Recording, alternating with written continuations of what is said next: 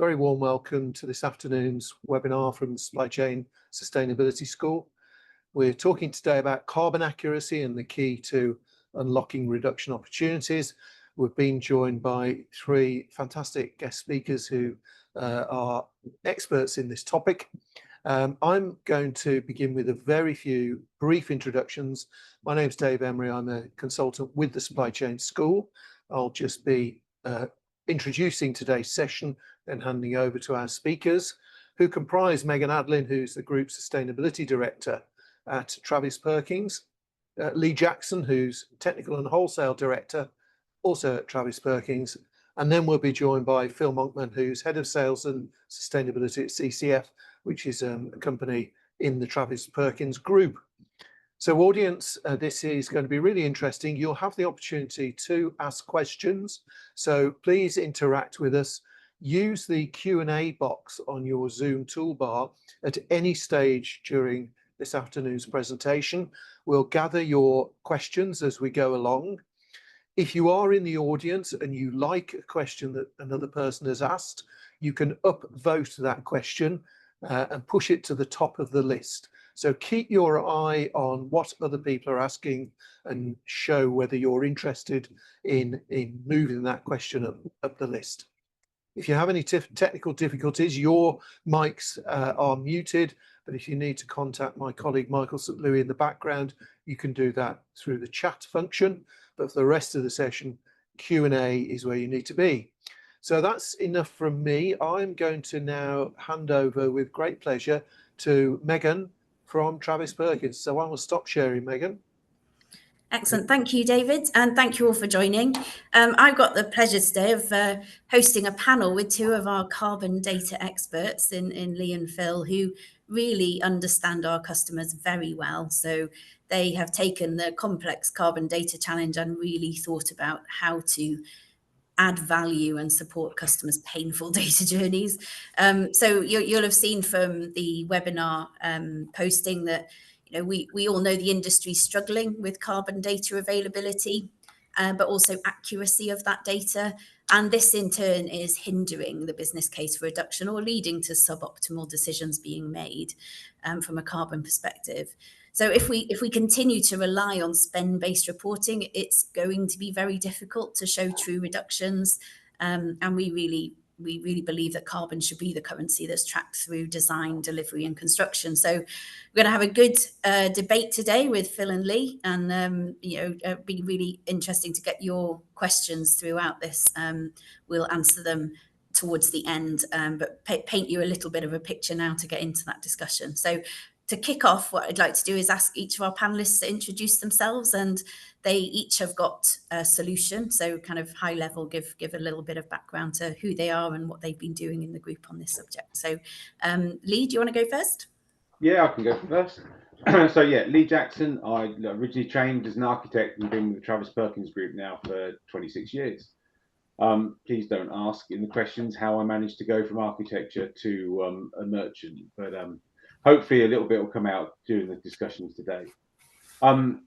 But working for the group has really allowed me to go across several different areas, both from new build, retrofit, engineered timber, right the way through to some of the MMC solutions that are in the industry today. So I suppose it's that really keeps my interest in it and sort of keeps my architectural side of my brain really interested. The Whole House project has been a really interesting one, though. It's allowed me to sort of and the team to really challenge the way that we design currently and observe all of the benefits that sort of quality design and the process that comes with that can achieve. So I suppose the quick question is, what is Whole House? Well, it's basically a car configure for house design. Nobody's really done this in the industry, to my knowledge, and I'll explain hopefully through this what the relationship of that is to the actual carbon side. And how we pull this all together. But ultimately, the configure enables developers to design a range of house types with the live dynamic data. Imagine being able to design a home in about 15-20 minutes via a simple interactive platform that shows you the cost of the materials, the embodied carbon A1 to A3 of every choice you make. once you save that design information, all the information you need to then build that comes through in about 45 minutes. That includes the bill of materials and right the way through to 3D or augmented installation information. So this is all possible due to that design configuration and all the detail work being done up front, basically allowing us to put the detail to it right the way down to, say, carbon at product level. So that's pretty much it in a nutshell. I'll pass you over to Phil to introduce himself. Thanks, Lee. Afternoon, everyone.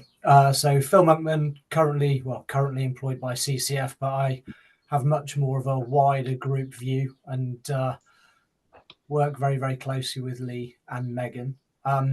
My journey, 4 years with Travis Perkins Group.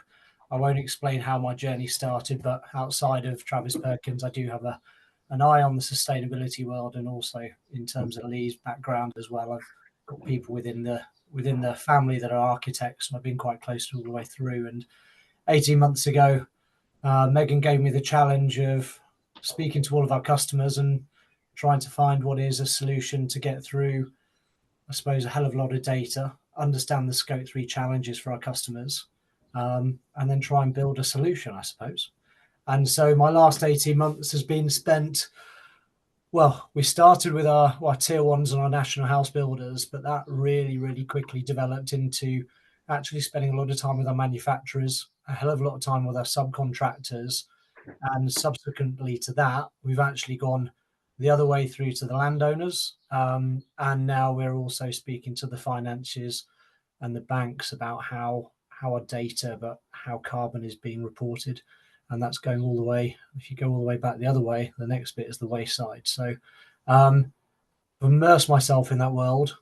I'd like to think my knowledge is pretty good now. And we've built a product out the back of that. If you think about Travis Perkins PLC and its 4-ish billion turnover a year, £1 billion turnover a year, we've got 580,000 customers. We've got over 600,000 products. And what we're trying to do is get the most accurate carbon numbers for each one of those products. Feels ambitious, but that's all in one place. And because of the technology that we've got, and because we're so far ahead with our Google partnership and Oracle Financials, that enables us to pull all of those customers' data into one place. And there's some pretty funky tools and no manual input, as we'll show you later. You can get really easy access to carbon data on a live feed. So that's me. Brilliant. Really pleased that you're both here to share your insights and hear from everyone today.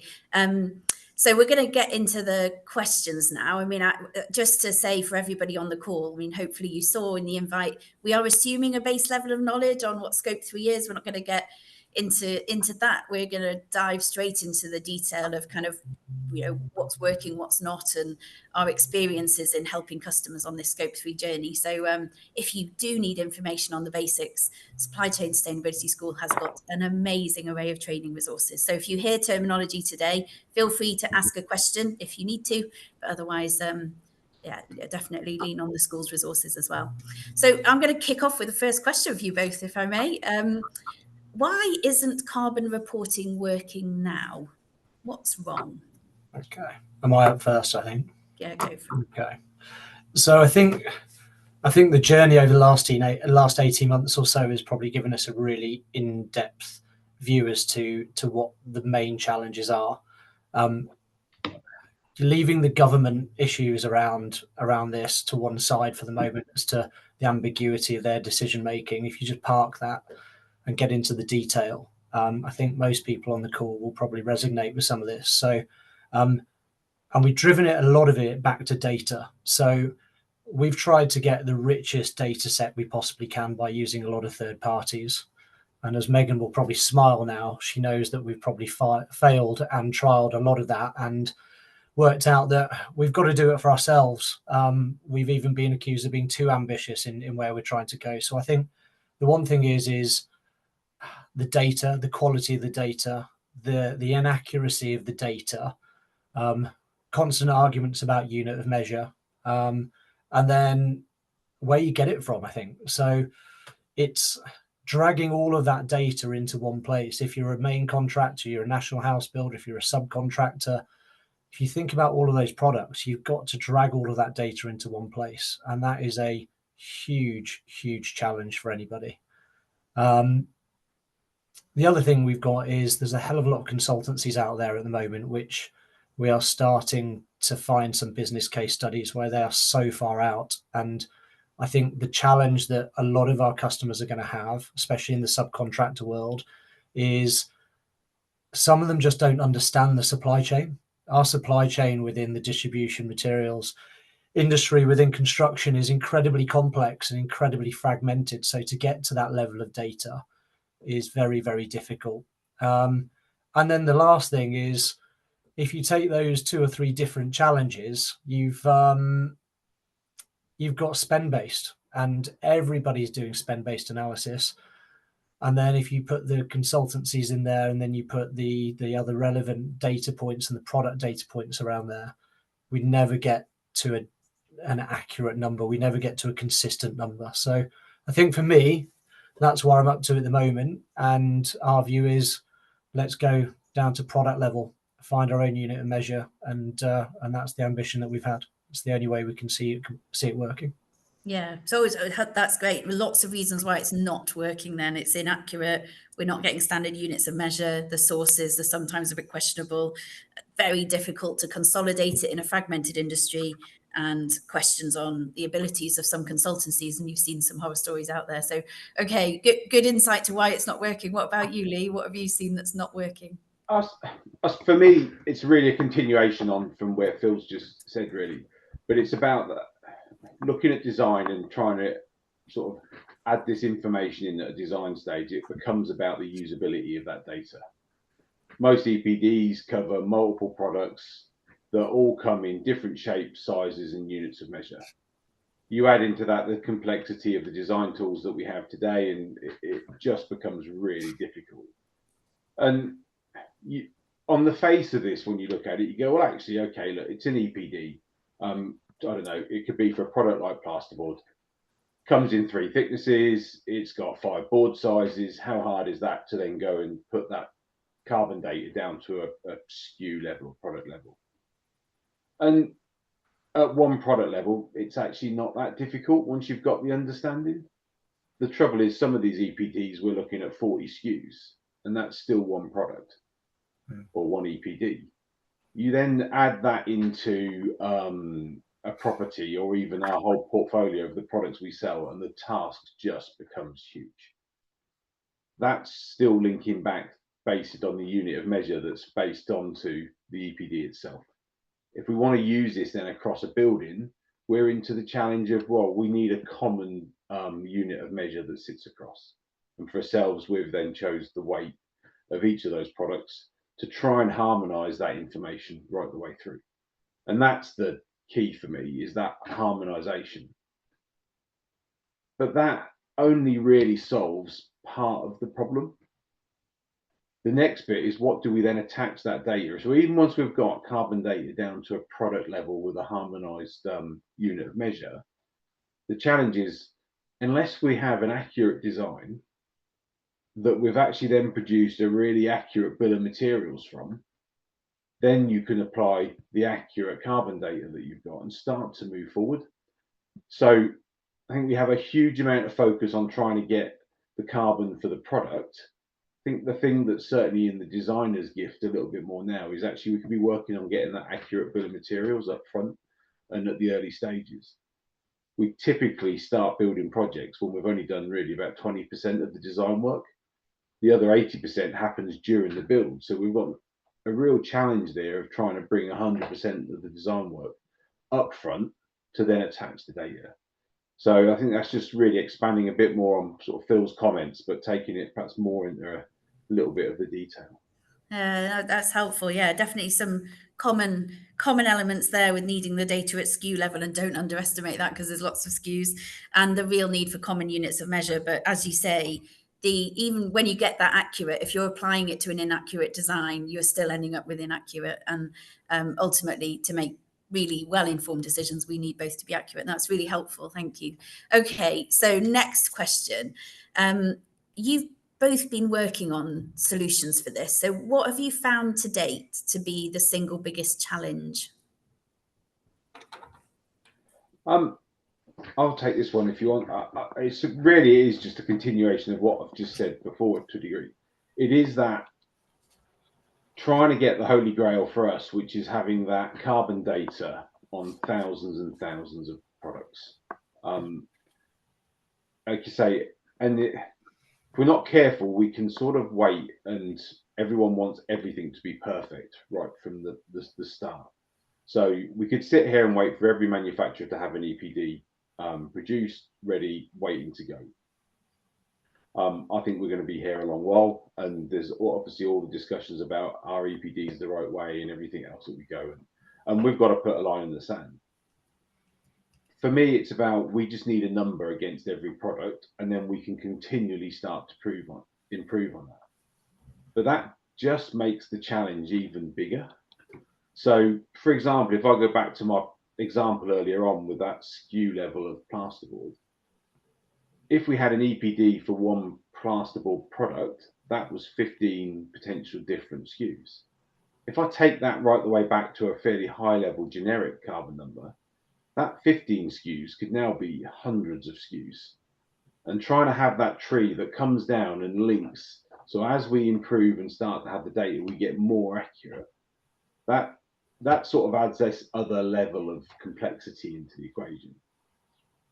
And then to drive the right behavior, we've really got to start working on how we show the accuracy of those numbers and say, well, actually, was it from which database? I don't know, ICE database, was it an EPD? Was it a generic number? Breaking all those down, and then ideally putting it in a way, certainly when we come back to the whole house platform, what percentage of the bill of materials was driven from what route of data? The upside of all of this, and there is always nice when you look at these things and you find the advantages of it, starts to give a real commercial advantage to actually producing an EPD. So if you're a manufacturer at the moment, you're out there and yes, you want to produce it. Yes, you're doing it. You're trying to create a business case for actually producing and investing in this space. But now it starts to give tools out there that actually shows if I do this and present these numbers, potentially my products now look better against somebody else's for the whole building as a whole. So it's these sort of things for me that really start to come out when you get into the detail. And I say, for me, this is just some of the things that we're finding big challenges, but I say they're starting to address the way we talk to some of the manufacturers and the way we start to go, look, what can we do? And ultimately it comes down to how do we do this across a range of products?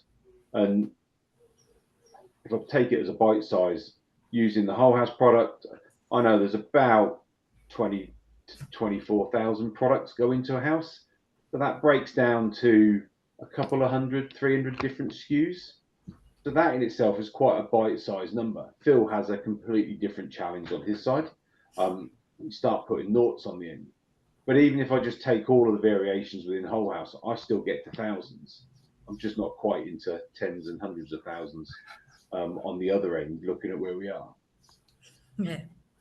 Oh, that's so brilliant. So biggest challenges to date sounds like it's just the sheer scale of the challenge, thousands and thousands and thousands of products to get data on. Definitely also the need for a quality score. So because it almost doesn't matter whether it's a EPD, some other kind of LCA or generic, that isn't something that's really appeared in the industry yet, is it? The quality scoring.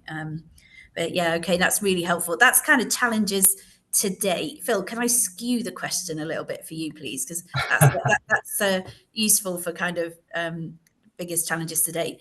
What do you think is going to be the big challenges to overcome next going forwards? Yeah, I think there are two for me. I think going forwards, it's actually looking back. You look at the data that's currently out there, and I'm going to make a big prediction that the majority of that data that people are trying to collect and put together at the moment is going to be quite a long way out as we get closer to more accurate carbon numbers, probably significantly out. We've had a couple of horror stories in the last couple of weeks. even when people are trying to put in science-based targets, they've had to completely reevaluate where they are because it's just not realistic, and actually undercalculated, especially if we're looking at penalties, mandates, EU law coming through, and all of the above. And I think the other bit is, again, I'm going to go back to the data naturally. How do you drag all of that data into one platform that allows you to get every single product from every single one of your suppliers, manufacturers, subcontractors, main contractors into one individual project? I think we're a long way away. I think we're a long way along the path that I think we've been incredibly ambitious. I think we're probably quite a long way ahead. But that's quite a unique situation to be in because we're sat in the middle of the supply chain. I think it's really difficult for people that are sat outside of the supply chain to achieve that. So it's just the data grab and the accuracy of the data grab that I think is going to be the biggest challenge in finding one solution that fits all. I don't think that's going to come through just by changing the legislation on another product description with a passport, because you've still got the same challenge as you would with an EPD. Potentially, you've still got to record it, and then if you're trying to get down to project level, that becomes even more challenging because people just don't have the granularity of that at the moment. So Yeah, that's the biggest traceability challenge. of data is so tough, isn't it? Yeah. Really tough, really, really difficult, especially if you're sat outside it. Yeah, absolutely.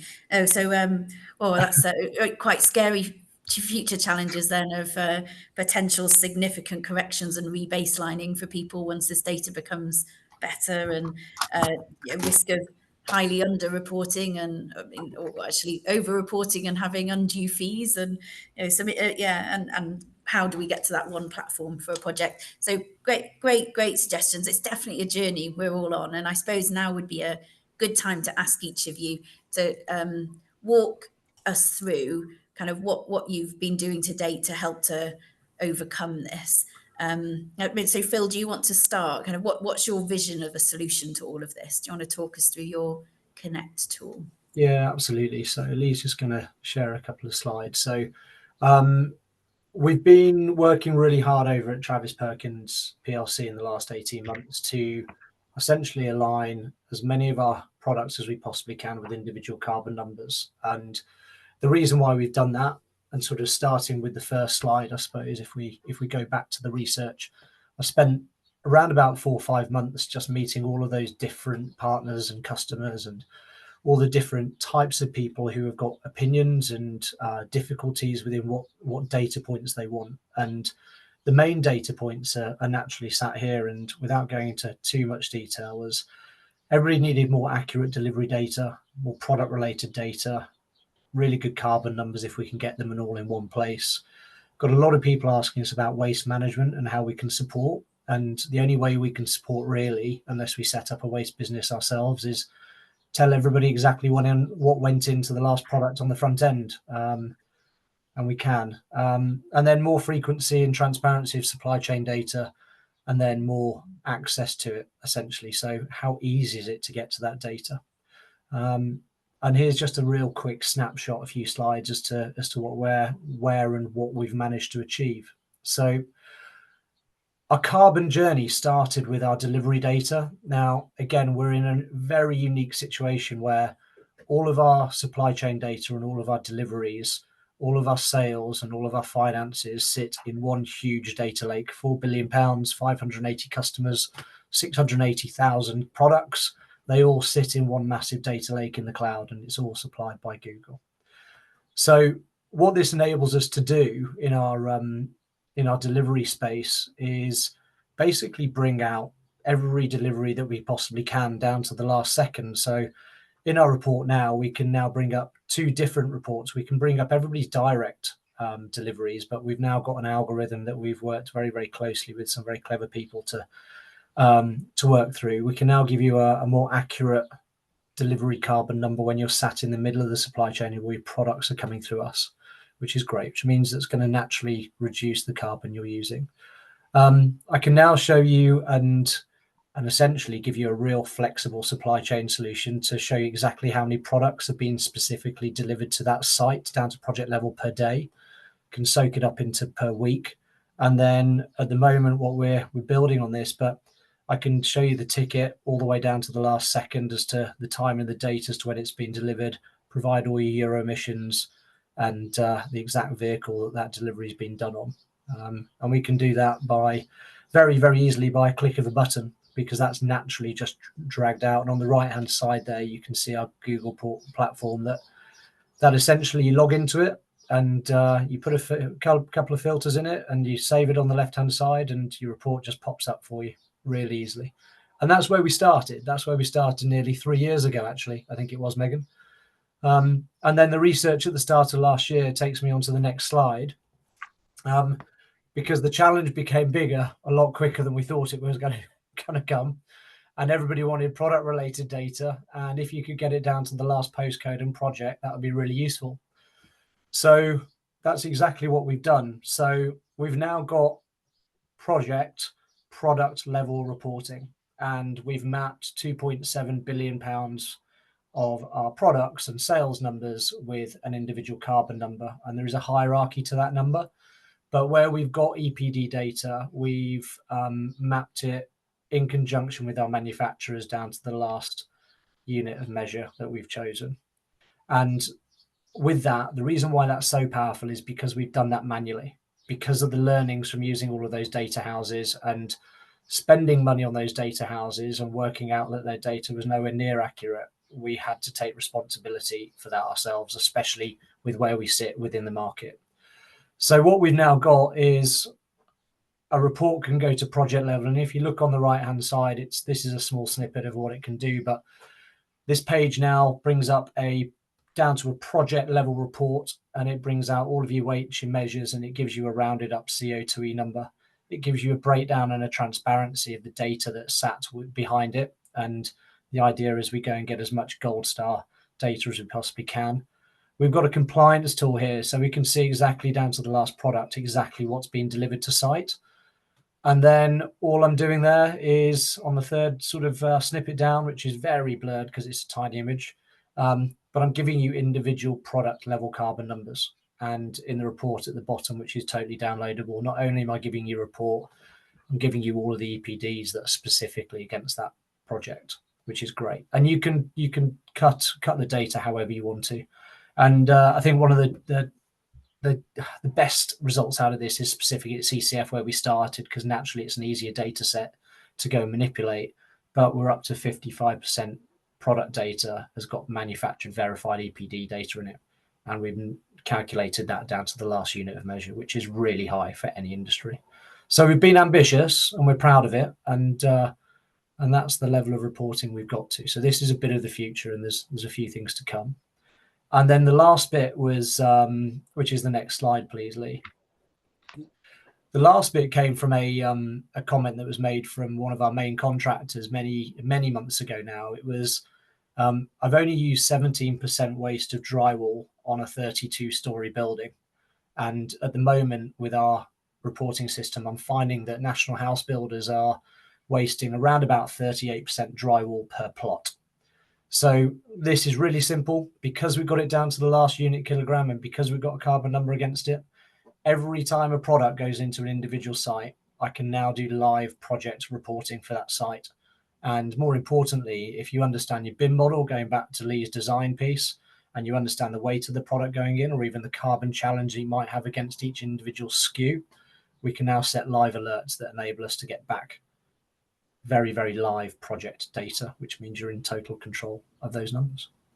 And Phil, could I ask, so you obviously sell a lot to tier ones and a lot to subcontractors.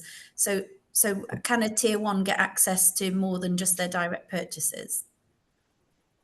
In terms of the tier ones, yeah, absolutely. So the really, really good thing about the platform, which is great question, Megan, well done, is I can now drag all of our subcontractors' data into a main contractor tier one or national house builder report, which means our main tier contractors don't have to then scrabble around for third-party data and subcontractor data. It's literally in the back end of our report. We just load it in and it comes through as a separate report.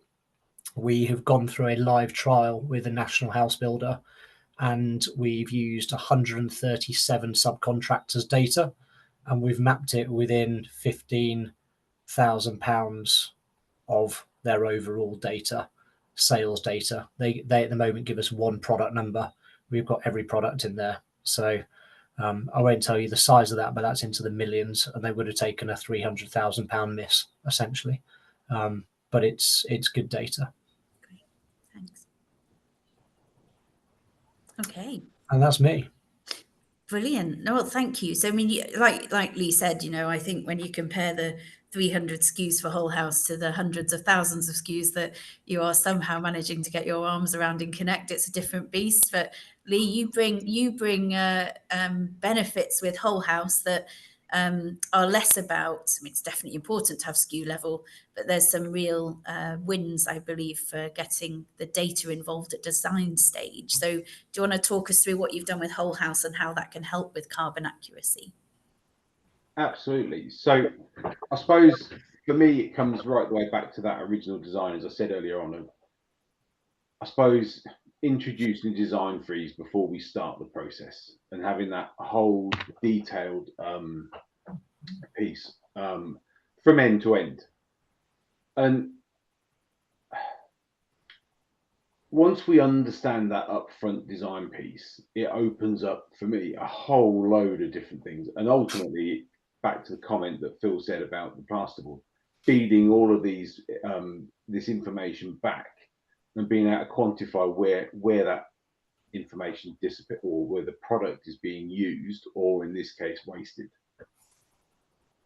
So Whole House is a package, as I said, it's a car configurer. So it has to basically means we've had to design a house in a very similar way to you'd have to go and design a car. We can give loads of different choice, but ultimately that design has to be done up front. But as with a car configurer, you expect from, dare say, everyone on this call at some point has been on one of those. You spec a car, you design it all the way through, you probably realize that you've overspent your budget, and then you go back through that and trim that down. Well, actually, designing a house should be done, for me, in a very similar way. You can spec it on price, but actually also the carbon, and start to make informed choice that goes with it. So to get that design, trying to do that during the build process means you have one big thing, which is time against you all the way through. Doing that design up front and being away from the critical path gives you loads of time back.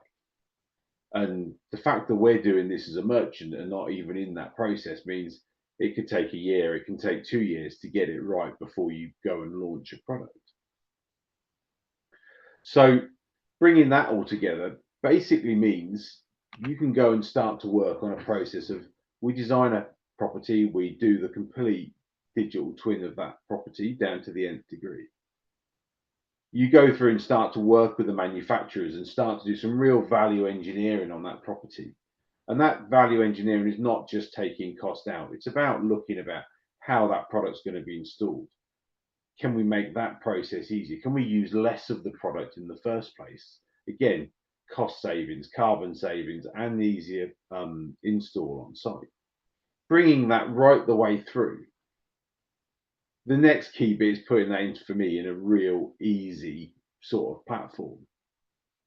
But above all, imagine that opportunity of being able to now design a floor, just as one example, not in silo as a manufacturer, but sitting there with all of the consultants and every single design team that affects that floor, to actually design a product that will hopefully look exactly what it is on site as to what everyone envisages that design to be up front, to the point that even the holes could be drilled in the joists well ahead of any of the M&E coming into it. So that's one of the big advantages, I think, of doing that piece design up front.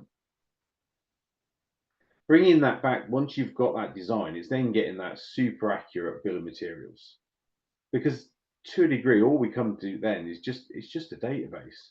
It is just a matter of taking that accurate bill of materials right the way through and then applying cost, the same as we would do in the merchant industry and have done for years. Once you've got that harmonized carbon number, applying that carbon number. And in the future, that could be something else and something else and something else. So put that all back into your car configure, and now not only could it tell you the cost of your car, it's now telling you that embodied carbon number as you design. And sometimes it means that the cost goes up and the carbon might come down. Sometimes you may find a configuration where the cost is coming down and the carbon is coming down. And even on some of the configurations, we found carbon can come down and cost can go up. And vice versa. There's loads of different permutations. And that's not for me sitting in Travis Perkins to dictate to anybody doing a building which is the better solution. That's down to the customer and those that are designing the homes. So just following that model around, really, once you've got that accurate bill of materials, to produce that, you've had to produce all of the detailed information. So why can't a system just spew all of that information out as a download, all ready to build? And this is where it comes down to me, very much around, it's brilliant sitting in a design office and designing in a perfect scenario, and I can attach all the carbon to those numbers. But actually, what I really need to do is make sure it's then built as I expected it on site. And that's where being able to produce accurate installation drawings. There's a reason I have a Lego model over my shoulder. That Lego car's got more, there's a higher level of different components going into that car than there is going into a house. There's slightly less bricks going into that Lego car.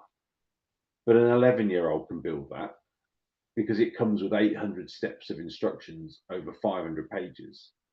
We need to be giving that level of information to sites to follow, and all of the tools, be it from 3D augmented tools that can be on the phone or a tablet, through to basic 2D drawings to follow on site. Following all that the way through, and then the real important bit for me is then working with tools like Connect to say actually what products were actually supplied to that site. And then feeding that back right the way into the design process and going, right, so we predicted there'd be X amount, there was Y. And then it's really easy to start to do that. I say easy, at least we know where to go and look for the biggest rewards to go, why is there such an error here? And say plasterboard is one we're coming out. We're looking at within Whole House now to how can we do board layouts, design that. That's highlighted things with how things are tested. So therefore they're driving a higher waste. And how do we then work with manufacturers to try and solve some of this? So it's opened up a whole, again, back to the opportunity side of things. It's opened up loads of things just by doing that feedback loop. But for me, it has to start with the design up front and having a number, and then looking at what's been delivered to site to get that whole piece. And I'm just going to run this last slide just to sort of show this design up front doesn't need to look standard by any stretch of the imagination, but you start to see real nuances in about how houses go together to reduce carbon. End terrace having a higher carbon number than mid terraces. Different facades from brick to stone to cladding all change that number.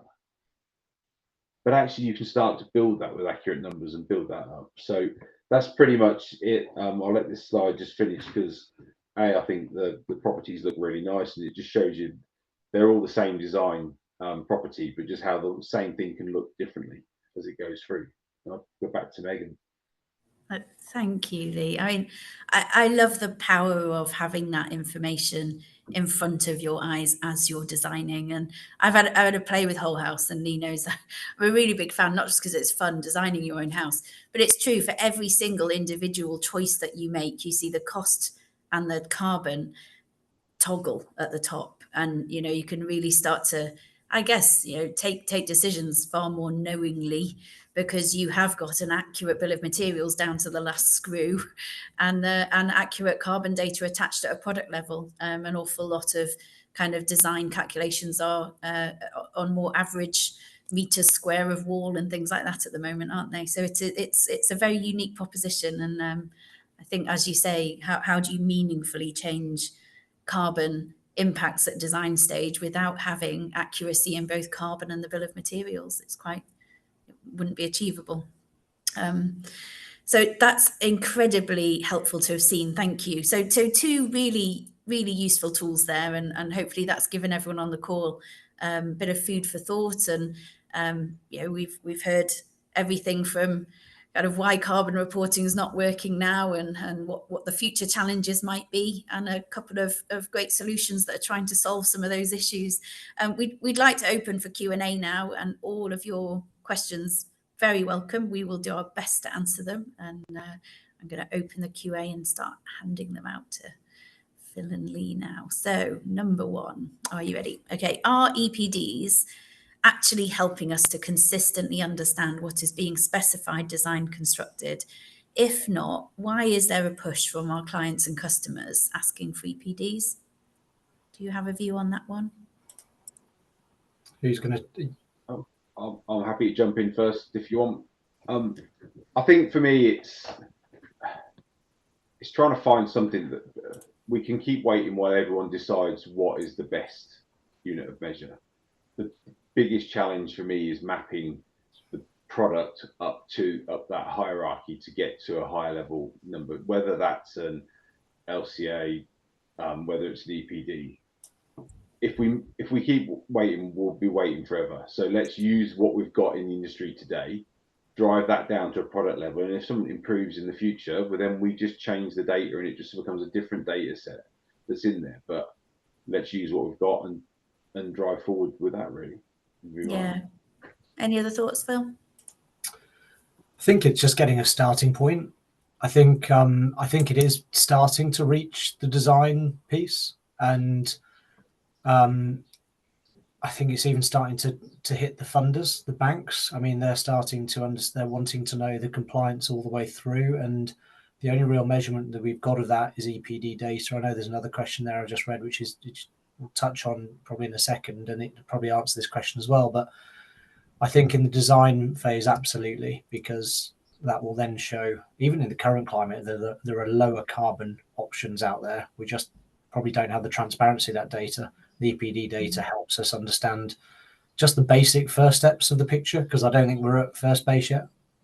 Yeah, that's fair, really fair points. I mean, the only thing I'd add to that is, the EPDs on their own, a 60-page PDF that lands on a designer's table, is that currently helping us to understand what's being designed? Well, no, because that's the annoying thing with EPDs, and what Lee and Phil have been tackling is EPDs are constructed on functional units, so that an EPD can be one-to-many SKUs, and that's half of the challenge, isn't it? I think it's not straightforward putting that into design plans or into your own thinking around what your basket of goods is, because nobody buys and sells in those units. So the first hurdle we have to get over, which is what Phil and Lee have been working on, is converting that data down to carbon per SKU or per kilogram or per meters cubed for timber, something incredibly useful and comparable, so that it has the possibility of being brought into that design conversation and sourcing conversation. So I think EPDs as they stand aren't immediately usable, and that's been half of the problem as well. But hopefully that's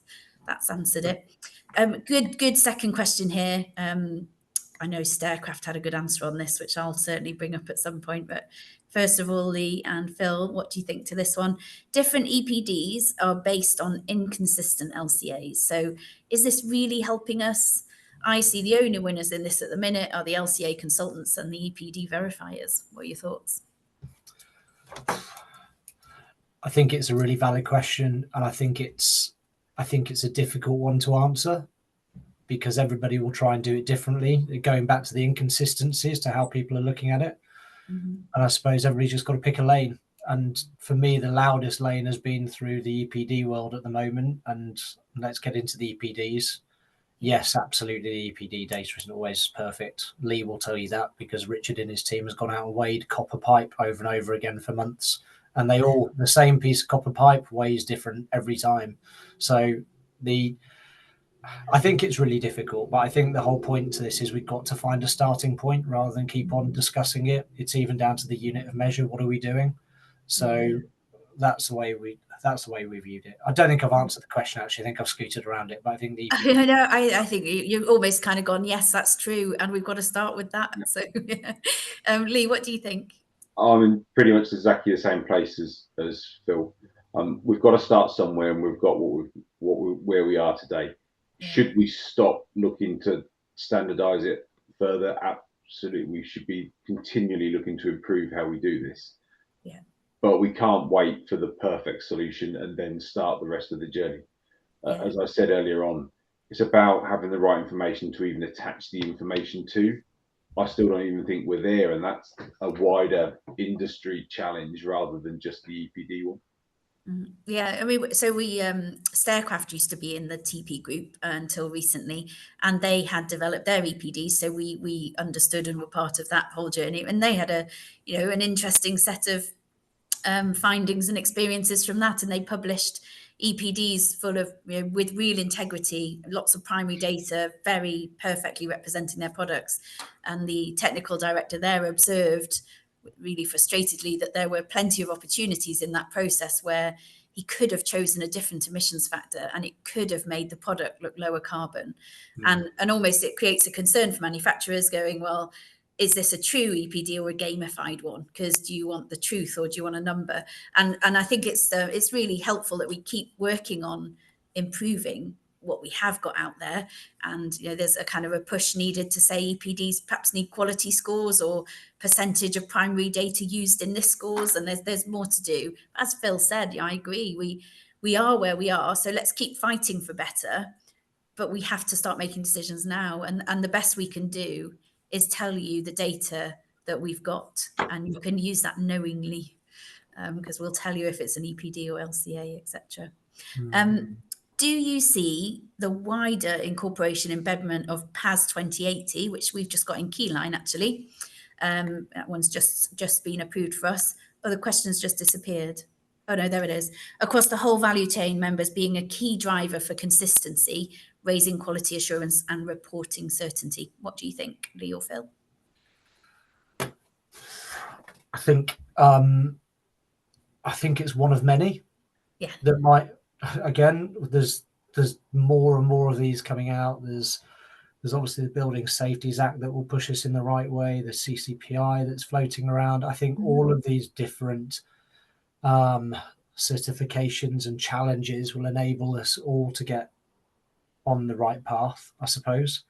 I think specifically PAS, I'm not in the detail of it because Keyline were the guys to do that first, the team to do that first, but all of those have got to push us in the right direction, I would say. Yeah, definitely. Any other thoughts on that, Lee?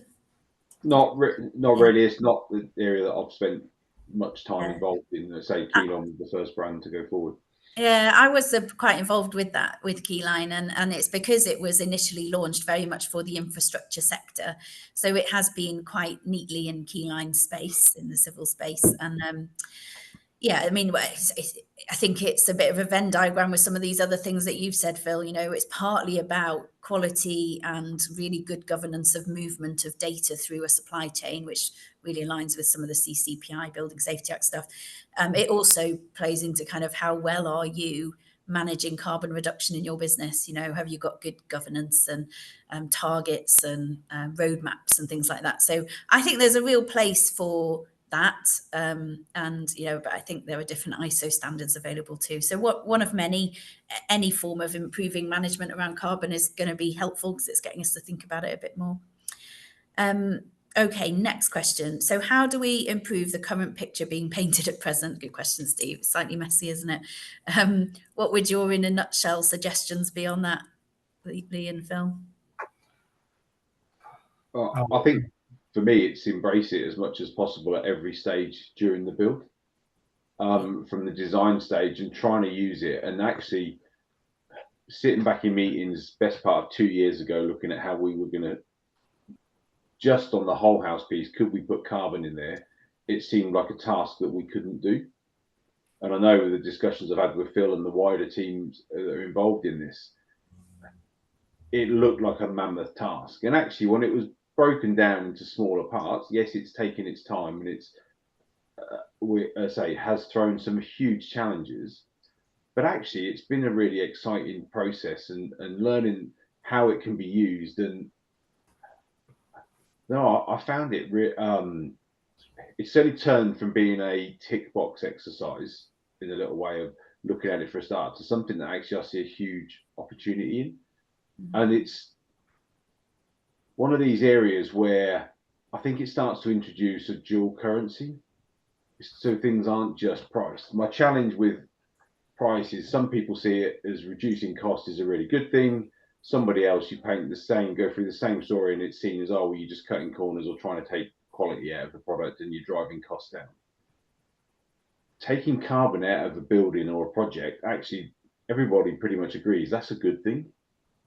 But it's not, it's opening up things that are like, it's not a lower carbon product isn't necessarily going to produce a lower carbon solution.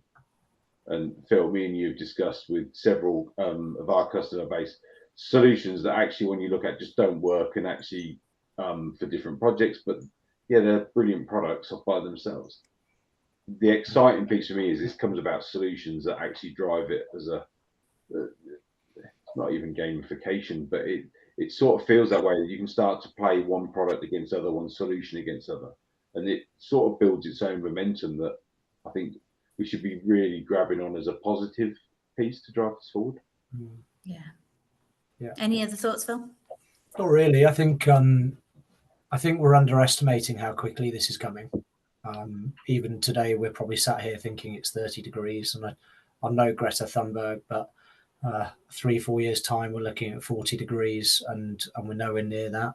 Carbon's got to be addressed. Waste has got to be addressed. You go back to 30 years ago, there's a family member that's got a 30-foot by 30-foot shed in the garden that came from Worcester Hospital that used to keep dry lining in it. There was no wrapping, there was no packaging on dry lining that many years ago, but now we wrap it in plastic. So there's lots of stuff around the carbon challenge that we need to improve. But I think we just got to get into it. We've got to start proving. We've got to find the baseline and then build on the baseline, I think. Yeah, but nobody's finding the baseline at the moment. Hopefully we can do that together. Yeah, completely agree. Steve, it is a huge challenge, isn't it? So, some good thoughts on how we get going with what we've got and make better informed decisions with what's available. And yes, why we continue to have these kind of webinars and join the other ones, because it's a shared big challenge, isn't it? Final couple of questions. So as one of the biggest issues that you've talked about today is data accuracy, how are you validating the EPD data you've currently got? Is there a team in TP checking and ensuring the correct numbers inputted to the data lake, or is it up to the person inputting to make sure it's the correct figure? I'm up. Good. Yeah, I'm up. So we've got an incredibly talented team behind the tool and the data lake. With our EPD data, we've got a couple of different levels of verification. Even when we don't have an EPD, we've got another level of verification. So we're working directly with our manufacturers, and our data team are looking at each individual SKU and each individual product with each individual EPD, doing that calculation. They verify that number with the manufacturer, and not until that happens does that go back into the lake. And then you've got the challenge of updating EPDs, and we also have to keep an eye on those. So as soon as the new EPDs are there, and because we're in a fortunate position where we're really close to our suppliers and our manufacturers, they are probably more on board than most at the moment to getting the EPD data to us sooner rather than later. So we've got one supplier in the next 6 weeks who's about to give us 70 new EPDs. So yeah, the level of scrutiny internally has got to be at the very, very best, highest standard. Otherwise we'd be under the wrath of Megan, let's be honest. Danger zone, yeah. But you've also got some external verification, haven't you? Because we don't want to just suggest to everyone externally that we've got it right. We had someone else crawl all over it, didn't we? We did. We've had it certified to an ISO number. The variance has come in incredibly low, which we're so proud of. And the consultancy are probably one of 3 consultancies you'd use in the UK to actually verify that level of data. Purely because we went with them purely because they understand it. They're one of the ones that do genuinely understand it all the way through the supply chain. So that was important. They did a great job, and hopefully we verified it down to the bones, and that will continue. That will continue to move forward. All right, final question. We're in our final 5 minutes. So this is definitely from a supplier, and I hear you. So we are paying thousands for LCAs and EPDs for our products that are adding watts to the overall process. Despite this, it is not helping us to necessarily win work. So thoughts, reflections on that? I suppose my challenge back on that is, so yeah, I feel your pain in what it's costing to produce. I suppose tools like Whole House and Connect are starting to put some commercial value against having that done. And I think that was one of the things that we said started out right from the very beginning of this. Why should we do this? Because we're sitting there with an ask going, we want to have EP or carbon data against each individual product, but we wasn't actually presenting it to our customers in a way that gave any commercial advantage. So this is about actually offering up customers a more informed choice. And I think having that level of information starts to really put some commercials and hopefully will drive winning more work with those that are producing better information. Yeah. I mean, I completely agree, because I hear your frustrations. The more we surface this to people, the more you will start getting credit where it's due.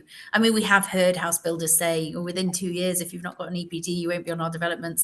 And then the economic crisis hit and they didn't really hold to that. But, as soon as we start moving into a boom cycle in construction again, this is so high on house builders and tier ones agendas, it will start being taken as seriously as they are able to. And so I think watch this space. I'm hoping you'll feel that it's more of a worthwhile investment soon.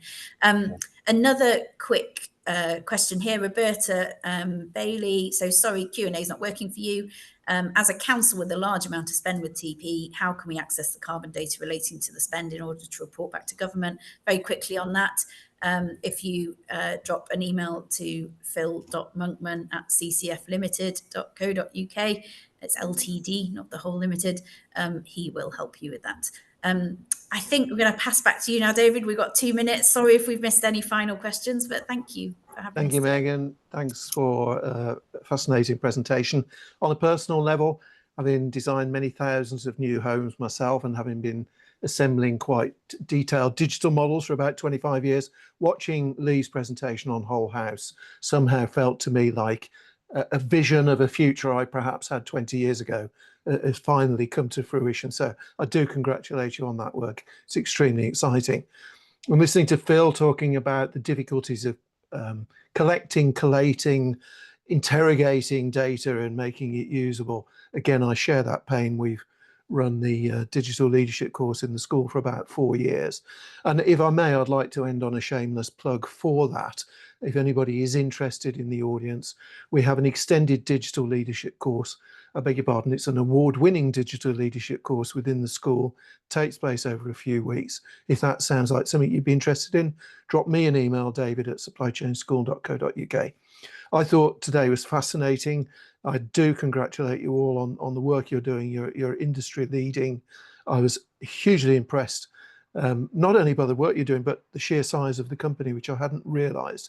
And I think that size and influence has given you the opportunities to make some real positive impact on the construction industry. So very exciting presentation. Thank you, Megan. Thank you, Phil.